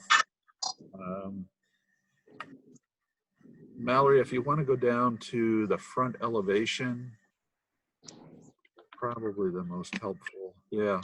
Oh, yeah. This And Phil, before we, sure. Sorry to interrupt you, just before we go any further, I think because the meeting's being recorded, Nick did recuse himself or did sign out of the meeting. So just wanted that to show. Okay. So the 9 items on this sheet correspond to the 9 items in my memo. I've got just kind of a one sentence thing. There may be a little more detail on the drawings themselves if you've had to go back and take a look at those. The first one is a second floor octagonal window on the front elevation there on the east side of the building. That will be replaced with a rectangular Colby window, and there are specs in the packet as well about the windows. They're all proposed to be Colbys, and they're different window identified in those specs. Number two, the balustrades serving the second floor porch. The roof will be installed to match classic detail and meet building codes per the specifications. And there's more detail further back on that. The new stone porch base. Right now there's a block base, and I'll come back to the well, do it all in one piece here. New stone porch base. They're talking about our Eris Craft Renaissance carved stone, and they plan to reuse the limestone caps that are under the columns presently. There's an illustration of the stonework that they're proposing further back in the pack. Roof replacement. They're either planning for like replacement, just a fairly standard asphalt, or architectural asphalt shingles. And at this point, one of the few questions I had about this application was just how you want to leave flexibility on things where they've suggested a couple of different options. And this is one of those where they've got three different options, at least when they the application they were talking about.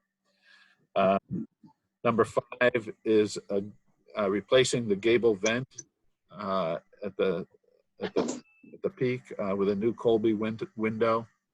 You can see the vent in the photograph just above the drawing. A little hard to see at this scale, but there's a vent there, and it's replacing it with a window. You'll also see the combination of doors and windows, and then windows up on that second level. They would be removing those and replacing it with new French doors. And they have a spec on those in the packet as well. That would get them their access from the interior out. Installing a new paired double hung windows on the west side elevation. You can see in the second photograph above that it's basically a blank wall on that portion of that second floor, and they're proposing to install paired windows there. Talking about new handrails and oil posts for the first floor front porch. And that again is per specs, included later. And then this is another one where they've got an either or possibility here. They want to replace the siding, but they're looking at possible options. One is to replace vinyl for vinyl. One is to utilize a hardy board or a similar fiber cement lap siding to match the current reveal. Restoration and patching of existing siding if it is found to be in usable condition. So there's some exploration to do with removing siding and checking what's underneath and all of that sort of thing. So they're looking for some flexibility on that as well at this point. The porch detail, there are several points. I've mentioned handrails already, which is number 6 on this porch detail. But the porch cornice will be returned to the original profile and trim detail, or detail as described in references A and B, which occur later in the document documents as well. Aluminum wrapping that will be removed to expose what's there now. Existing beadboard architrave is not typical cladding. It is typical on an underside of a roof situation, but not typical in that sort of location. That will be replaced with painted wood. The columns are to be restored and reused if possible, or will be replaced with custom wood columns to match the profile, proportion, and dimensions. The existing porch block pier bases and foundation will be replaced with the Aristcraft Renaissance carbon stone, which I mentioned earlier. And the decking is to be replaced with like material 3/4 inch tongue and groove wood run perpendicular to the house. Really, I didn't identify any concerns that I had. The only suggestion was if you want to provide any clarification on the alternatives, the two items that they're looking for some flexibility on. That's all I have. And those were shingles and siding, right? Shingles and siding, yes. Another option we would like to consider, we have gone with public heritage because the historicity for much is very appropriate. It was recommended to us, although we have not have time yet to research other options like a Pella architectural window, which is like parallel to Colby. So recently installed in 12th Street Pink House, they just reviewed it and we had a chance to visit and we really liked it, but we have not had time to be as a specific model of those windows. So another request to include possibly will be the access to possible Pella architectural series in windows instead of the Colby heritage, but we are not sure yet. So provide some flexibility for us in terms of choice. So Nick sent us like the option. He thought that would be a good option for us to look into, and so that's why we didn't have it on the original. We hadn't thought about it.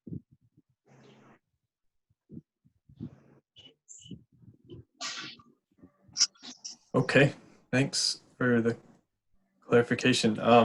It's a really exciting project and it's a well documented application. So thanks also for working so hard to get all your thoughts onto paper. I know that can be kind of overwhelming sometimes. So, and fun at the same time. Maybe to Phil's point, guys, do we have any questions about the stuff that is not open-ended? So now I guess it may extend to Windows too, based on what we just heard. But how about the points 1, 2, 3, 5, 6, 7, and 8? Anything we should discuss as a group? Any questions for the homeowners?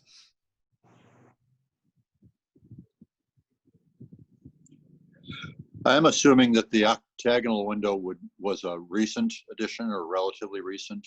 It was not part of the original house. Definitely not part of the original house.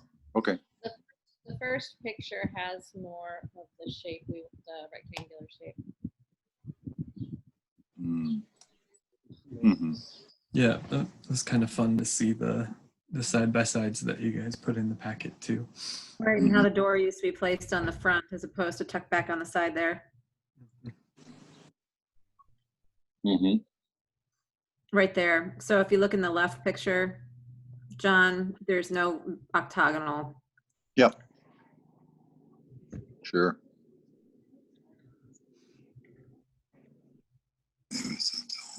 Great.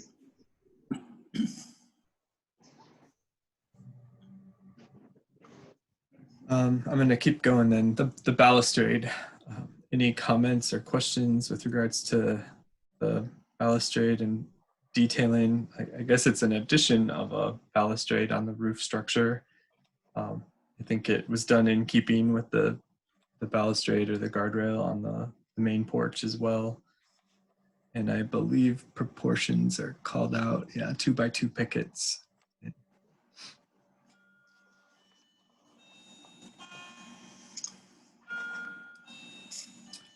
All right, I'm gonna go on to number 3. I think replacing the existing blocks with new stone and then reusing or salvaging the limestone. I can't imagine anybody would have objections to that, but might be showing my cards too much when I make that statement. I'm gonna skip the roof, and then the gable vent replacement, kind of similar to the replacement of the rounded or octagonal window, and then also the French doors. I mean that those three changes to the front elevation are fairly significant, but I think when you look at what's there, I think the design intent is pretty clear, and I think it kind of just the doors are sensitively done, I guess, is sort of my read on them. And I think proportionately they still align with the width of the windows. And like Kim pointed out, it looks like at one point there was a door up there. So this house has seen quite a bit of evolution in its past. Anything to talk about? How about the new pair of windows around the corner? Any it looks like they're proportional again. Is there a pure elevation? I don't know that elevations are part of the package. There is a cut sheet or an actual dimensional from Colby Windows. So if we need to know the size, do you guys know? Is that window just centered on the window that's below it? The double windows that are in number 7? Yes. I think so. Roughly? Okay. Yeah, to be honest, I think Nick kind of used his best judgment what was good, so we didn't specify exactly what we needed. Yeah, but is it just centered on the one below? I would say yes, but Okay. I mean, that's all you can do is answer to the best of your abilities. I think if any type of relationship or questions stand out to the commissioners, I think that's just something to clarify if and when a motion presents itself. But I'm not saying that we have to either. I was just curious. I mean, I would think that was because of the inside, like, you know, if he was placing it for the room, for the upstairs, but. Is that going to be the upstairs bedroom, master bedroom then? Is that what I'm remembering? Correct. Yeah. Yeah. And it looked like you had the whole blank wall to work with, so it's hard to imagine you wouldn't have made a relationship between the window below it. Yeah, and I think that's the point, Mark, is just curious about the relationship. Yeah. How about the, I guess we kind of already talked about guardrails and balustrades, and nobody really brought anything up. So it looks like the same vertical pickets will extend down both sides of the stairs. And I really appreciate just the additional detail page too, speaking to kind of some of the architectural components and what you guys are going to unwrap, what you're going to replace, and some of the stuff you're going to save. So I don't mean to move too quickly, commissioners, but I think we should probably focus mostly on their questions with regards to the shingles and then the siding options. Right.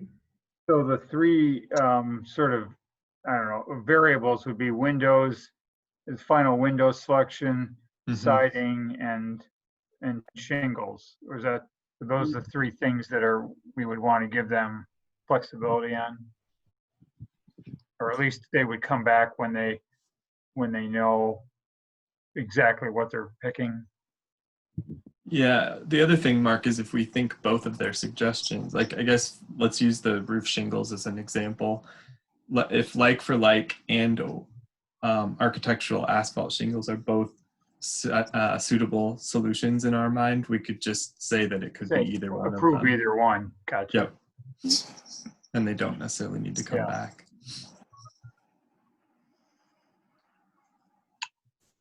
So that might be the easiest one.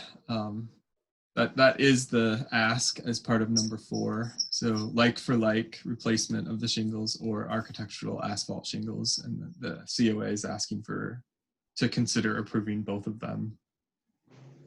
The siding is a little bit different. The siding had 3 sort of what I guess, design options at this point. So vinyl replacement, because that's what's in place on the home right now. So that would be considered the like for like.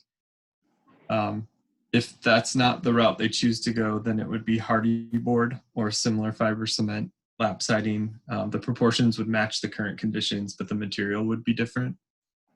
And then the last option, because they aren't quite sure what's underneath there, would just be the option to restore the original siding if they take the vinyl siding off and it's in good enough condition. And the So first call will be just restoring the wood. That will be your preference. that's your first choice? Okay. Yeah. Yes, all depends on the condition. In any case, if we go vinyl to vinyl, also will be an upgrade of the vinyl where we have insulation behind. But we cannot make a decision there, so we have to research first what is under there. And then the hardy board replacement is your third choice of those three. Is that right? Right. Right. Okay. So I think that was helpful. Thank you for sharing just kind of what your preferences are. Commissioners, I feel like they're all very viable options that are on the table. So I would hope that a motion would just kind of take into context the preference of the homeowner. Mm-hmm. And potentially exclude one if we don't feel like it's viable. But if we feel like they're all viable options, I think we could just list them in order of the homeowner's preference and essentially allow them to choose. And the windows, I think that is maybe the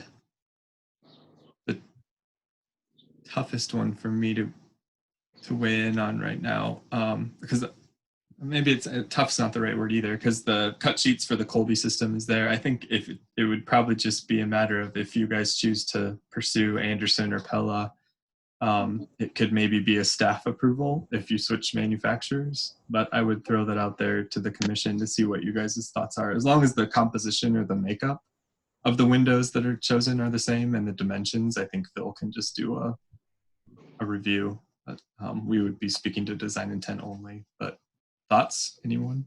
So essentially you're saying Colby or equal. Yep.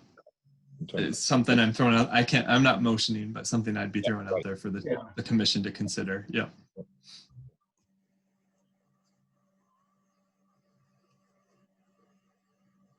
So how specific you want us to go in terms of, yes, you mentioned brand names, Colby, Anderson, or Pella.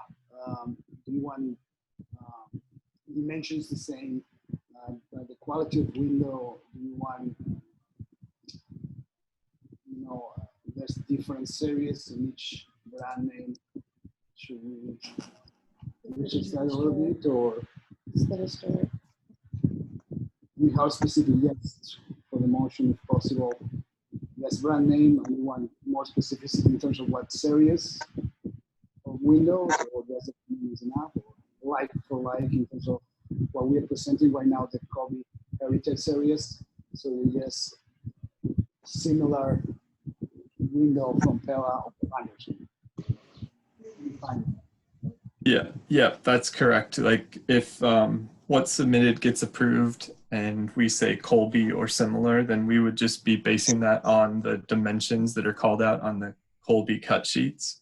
So that would be for the window sizes, but then also for the like the sash locations and the trim details and stuff like that. And the material as well. Yeah, and material. And so you'd be able to switch between, it wouldn't, I guess manufacturers, I don't think the actual line from the manufacturer would matter so much as long as the dimensions and the materials were kept consistent. Does that answer your question?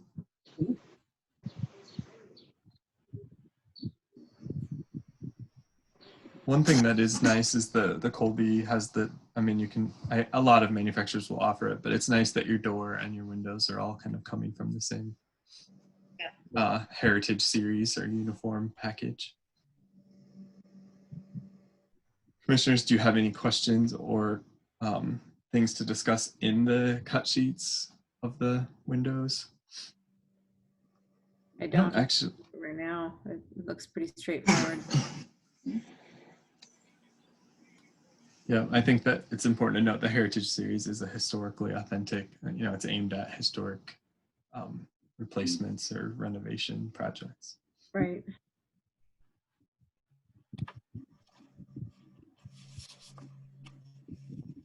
And the other, there's a stone, so there is, just for reference, there is a material or a product that's been selected from a stone standpoint, so just maybe take note of that as well.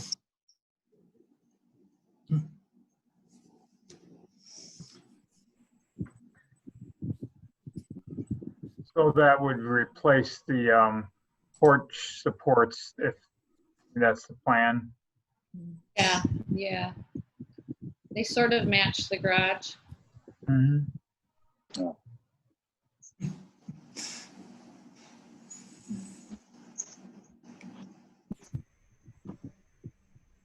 Oh, looks pretty nice.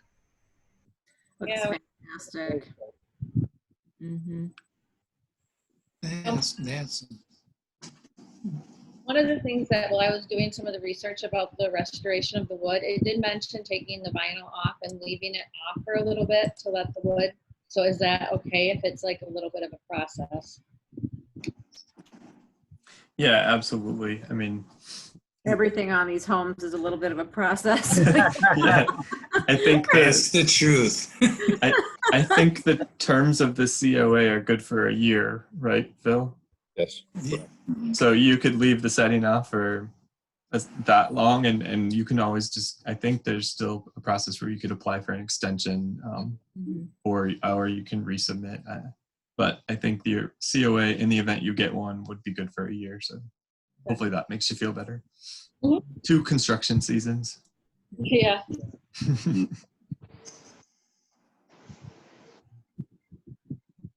All right. Well, if there's no further questions or things to discuss, does anybody feel close to a motion? We can ask Mallory to go back to the things to consider too, if it's helpful to maybe guide. There's a lot in here. When the packets are this thorough, though, I don't think it shouldn't be as intimidated. You can always just reference as submitted too.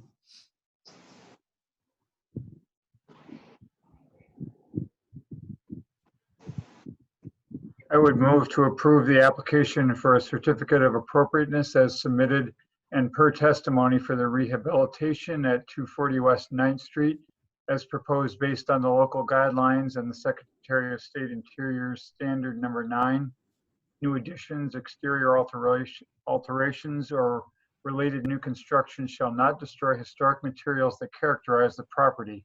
The new work shall be differentiated from the old and shall be compatible with the massing, size, scale, and architectural features to protect the historic integrity of the property and its environment, with the following, I guess, stipulations. And it would be in the areas of the shingles, the roof shingles, the windows, and the siding.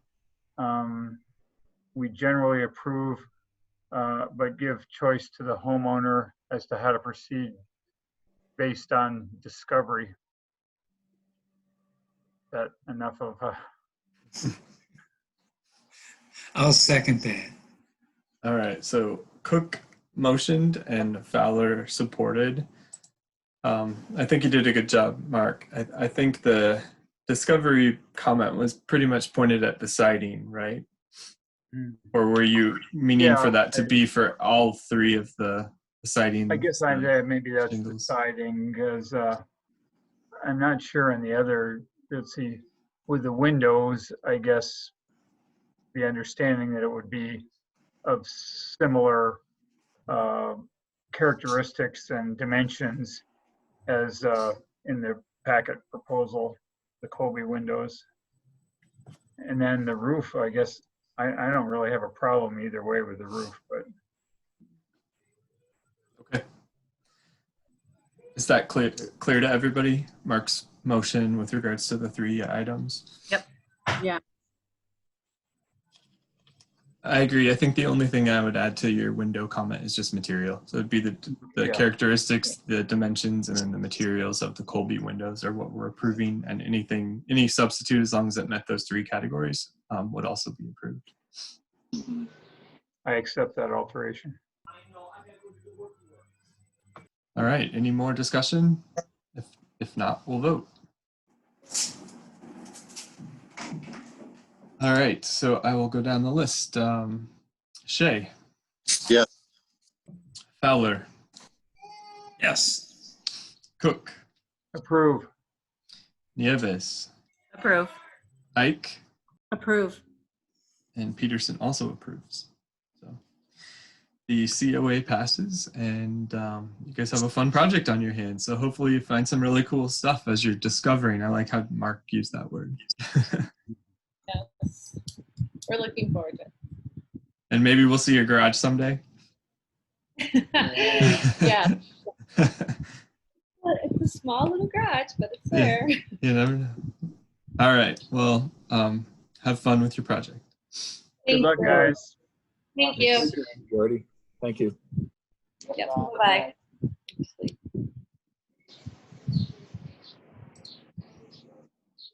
All right, that gets us through the new business, and there's one item of old business, that is the rescheduling of the joint meeting with Parks and Rec Commission regarding city greenhouses. Yep, and this is a quick one. Do we need to get Nick back on? Yeah, I wasn't sure about that. Do we ping him, or he did send a message to the group, but does anyone have his cell phone? I don't think I do. I think I do. Do you want me to text him? Let's say I have it if we need it. I'll just ask him if he wants to get back on. Yeah, see if he can quick. Go for it. Well, there may not be much reason to. We don't have really any update on this, on the greenhouses. I've had conversations with folks here and with Andy Kenyon in the Parks Department. The city manager is not put presentation on the greenhouse yet, particularly with all the COVID and the separation requirements and all of that. So everybody has said, let's wait 2 weeks before we try to make a decision on when to schedule something like that, because things are changing almost daily on that now. So that's an easy one to get past. Commission membership. We're still looking for the 3rd member. I know Andrew sent me a couple of names that I'm checking on. Stephanie and Nick are both interested in continuing, and that is in process, as I understand it. The approval hasn't gone through council yet, but as I understand, that's in the We have work. to get approved again? Oh, it's got to go through council. It's Okay. typically. Yeah, it's very simple. So I wouldn't worry about that. So if any of you have names of others you think might be good additions to the group, one of Andrew's strengths, lots of strengths there that would be nice if we could replicate. But one of those is his architectural background. That's very helpful. Someone with construction, particularly residential construction background, would be helpful. Who maybe spent a lot of time working on their own home. Even that is is very useful. But in or out of district, it's workable either way. We still have to have a majority that are within the district. That's not an issue. So if you have any names, just shoot me a quick email and I'll try to track those down. Presentation of mapping project. Mark, I think it's getting late enough. Maybe we should just put this off till the next meeting. Sounds good. Yeah. Looks really cool, Mark. I can't wait to, I want to dig into that. I'm fascinated, just a little bit that I saw. Good. Well, it'll be fun to talk about it. I'll be interested in your input. Yeah, I think it'll be interesting to hear more about it and figure out ways to try to implement it. And I got to make sure Mallory's there, because she may play a big role in helping us implement all of that. And then last but not least, I want to thank Andrew. This that was his, I guess he's got one more vote, and that's the adjournment. But he's pretty much done as chair and Wow. commission. So thank you for all of your time and wisdom and great insight as you've been reviewing things, at least with me for the last, whatever it's been, 8 months or so. But I know for the last 6 years, you've been a great member of this commission. So thank you very much. Oh, I appreciate it. No, I started super green and did not know what I was doing at all and very intimidated. So, yeah, 6 years can do a lot. It was a really fun process. It's fun to walk around town and see the projects that we talk about, right, guys? Because ultimately they all end up looking pretty good. Some of them are more painful to get to than others, but it's fun to be a part of something that actually shapes the community. Raises a question in my mind. Have you done, anytime over your 6 years, have you ever taken a walk and said, we approve that, and it just didn't turn out quite like we had hoped, or a bad decision, or that is evaluation of what you? Yeah, the one that you just keep thinking about. There were a couple of projects that I couldn't shake. One, it's honestly telling people no that I think is the hardest thing. So I don't think from an aesthetic standpoint there was too many misses.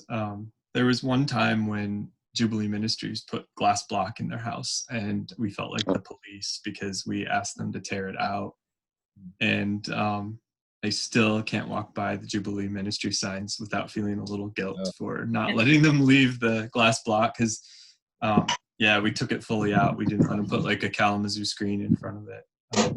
And 300 Washington was really difficult. You weren't part of that, but it was like, I don't know. I really struggled with that. I feel like if the personalities of the project would have been different, it might have gone a different way. I think the home is beautiful right now. Andrew, it had a really good turnout. It looks great. The fellow that lives there now is very happy, and he's been continually making improvements. Well, that's good for the neighborhood then too, because that was not the neighborhood dynamic is what I was the most worried about as we were working on that, quite honestly. And I guess, and then I'll be done because I know it's late. I think that Washington Square or Washington School was really one of the coolest things that I got to be a part of. The seeing where it started and where it ended, because at one point it was going to have garages with parking lots in the single family housing area, and there was no park, and it was a much bigger apartment complex that was only going to be leased. And now it's a pretty awesome part of my walk down to the farmer's market. So yeah, those are my highlights.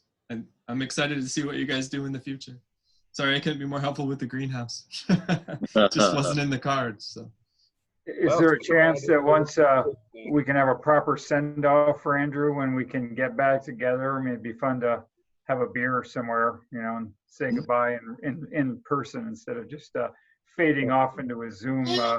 Yeah, that would be awesome. I would welcome that for sure. All right. Cool. Well, Phil's our party planner, so we'll put him in charge. I know Mallory's got good taste. So well, thank you. Like it. All right. Well, then with that, I guess we need a motion to adjourn, right? Move to adjourn. A motion to adjourn. And we got our second at the same time. So we got Ike and Shay on the same page. All right, guys. Well, stay healthy. I guess we don't need to say that much anymore, but still a little bit. Still a good idea. Yeah, exactly. That's right. I'm done being healthy. Stay sane and stay outside. All right. Bye, everyone. All right. Bye. Take care, everybody. Thank you. Bye. Bye, guys. Thanks. Night.